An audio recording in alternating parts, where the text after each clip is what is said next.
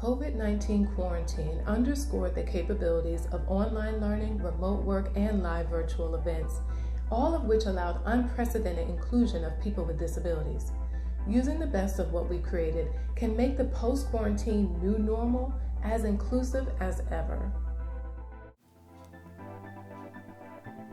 M.A.W. Consulting, LLC, making accessibility work. Subscribe and find us on Twitter. Changes to everyday life brought on by COVID-19 have many believing our post-quarantine life will be a new normal. For people with disabilities, many of the moves to virtual remote participation are actually adjustments they've been asking to have for years. Prior to pandemic restrictions, there were already several groups of people who could not join in the in-person gatherings many of us are missing right now. Due to physical impairments or neurological differences, lack of adequate accommodations, and/or the physical burdens of systemic unemployment, people with disabilities have long been excluded from what have previously been considered essential in-person only activities. If we assume that in-person events are the only way to conduct meaningful work and socializing, then we automatically discriminate against those whose disability prevents attending. What if instead we challenge ourselves to do what we can all imagine and see our culture slowly embracing? Quarantine from a deadly virus is certainly a tragic event and not to be undermined. However, wouldn't it be great if out of tragedy emerged a world more inclusive of its citizens, all citizens? Maximizing online learning. A group of 30 fourth graders squirming on an 8 a.m. Zoom meeting may not be exactly what we want to carry into the new normal. Also, not all facets of special education and therapy can happen remotely, and certainly we see the evidence of a digital divide more clearly now than ever. Nevertheless, online learning accommodates students with a variety of disabilities for many reasons. Students can move at their own pace, fast, medium, or slow. Students can work when they have the mental and physical energy to do so. Students have access to instructors gifted in teaching in their best style of learning. Students are exposed to new areas of study without significant effort. And students have opportunity to meet more diverse students with whom they relate. Continuing remote learning as a viable option going forward, whether in conjunction with in-person instruction or in place of it, can open an array of opportunities for students with disabilities. Many resources are already available. I found a huge list of around 130 online educational resources in an article on Daily Mom Military, noting that military students have similar needs to connect as students who are homebound due to illness or disability. Key to any inclusive success, however, will be the accessibility of these tools, that is, meeting standards such as the Web Content Accessibility Guidelines, WCAG. This takes software designers and developers who are knowledgeable about accessibility, but unfortunately many are not, and thus many popular applications are not accessible. Take, for example, the popular digital study tool Quizlet. If you use a mouse, then the system is easy. But if you have an impairment where you just use the keys on a keyboard because you can't hold and maneuver a mouse or use a trackpad, then the application is not as user-friendly. In the common flashcard feature, I found keyboard shortcuts, but I couldn't activate them. Nothing happened when I pressed the recommended buttons. Instead, I had to use the typical interaction of pressing Tab from the top of the page down through all the clickable options to the Reveal and Next buttons, but starting back at the top of the page with every new card. There was no quick shortcut for advancing through the cards like with a mouse, nor an easy-to-see indicator of where I was on the page with the keyboard, known as visual focus. And unfortunately, this type of oversight is more common than not. The good news is, if educators, technologists, and content creators make inclusion a priority as well as take time to learn the standards, we can turn around the prevalence of inaccessible software and in turn provide every student every opportunity to learn the best way they can. Embracing remote work. Working from home was not unheard of, but also not commonplace in the U.S. before this pandemic. Remote work is not viable for all types of jobs, of course, but there are large segments for which it is suitable and currently being successfully implemented. Working remotely is sometimes the only option for participating in the workplace for people whose disability leaves them homebound or they have an illness that limits contact with others.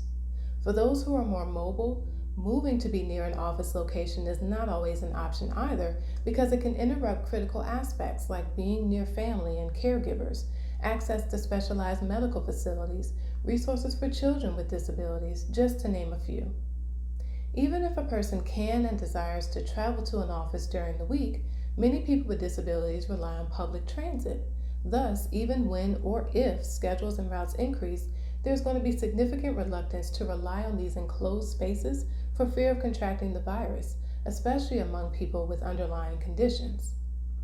The benefits of remote work are clear, but can only be accomplished successfully with accessible software tools, as in WCAG compliant.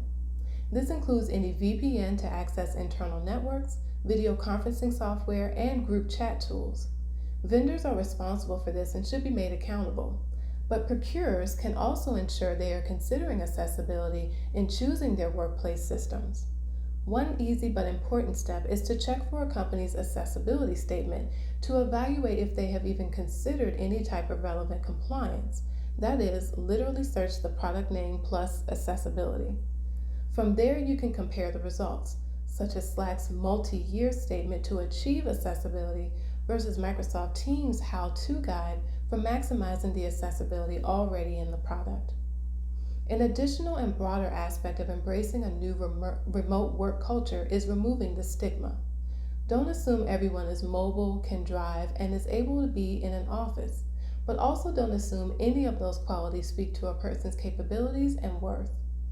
Workers without disabilities should be using their voice in this space. Make your companies explain why remote work is not allowed. Push back on non-remote job postings.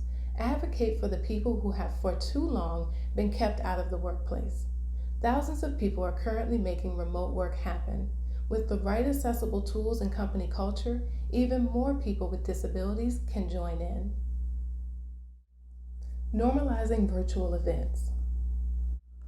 Prior to the pandemic, virtual get-togethers primarily existed in subcultures like video gaming. Now we have live concerts on social media, virtual conferences and summits, and virtual proms and commencements. In many ways, these experiences are richer and more accessible than in-person only experiences, particularly when they are captioned, transcribed, and archived for viewing on demand. Assuming we continue virtual get-togethers, the next task will be ensuring they are accessible. This includes registration, email updates, and login process that are WCAG compliant and thus compatible with assistive technology such as screen readers and screen magnifiers for blind and low vision participants. Viewing tools such as video conferencing and virtual reality that are also WCAG compliant and compatible with assistive technology such as keyboard-only interaction and equivalent devices for mobility impaired participants.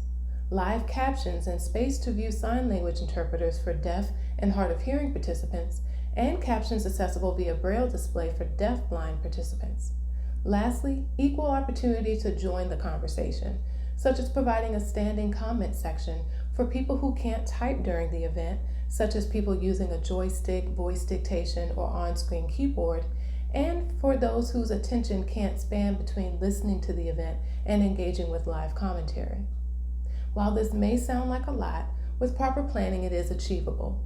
Good examples are the weekly Crip Camp virtual discussions that have preceded the Crip Camp Netflix documentary. Even when in-person events return, we can still use some of the best practices from remote events, such as accessible registration and archived content, as well as provide remote in-person participation through devices such as Beams.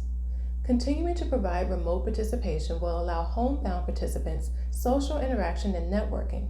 It will also give options to disabled in-person participants who may at times feel overwhelmed or fatigued either mentally, such as people with ADD, ADHD, and autism, or physically, such as those with mobility challenges for whom navigating large venues is difficult. Overall, inclusive spaces for live events is an area rich with research opportunities and innovation. I truly hope the many creative people in this space are incorporating accessibility into their next big ideas. Thank you so much for watching. If you like the content of this video, please be sure to subscribe so you know when I've uploaded more content. You can also find me on Twitter at M.A.W. Consulting LLC. That's consulting without the I. Thanks again and see you soon.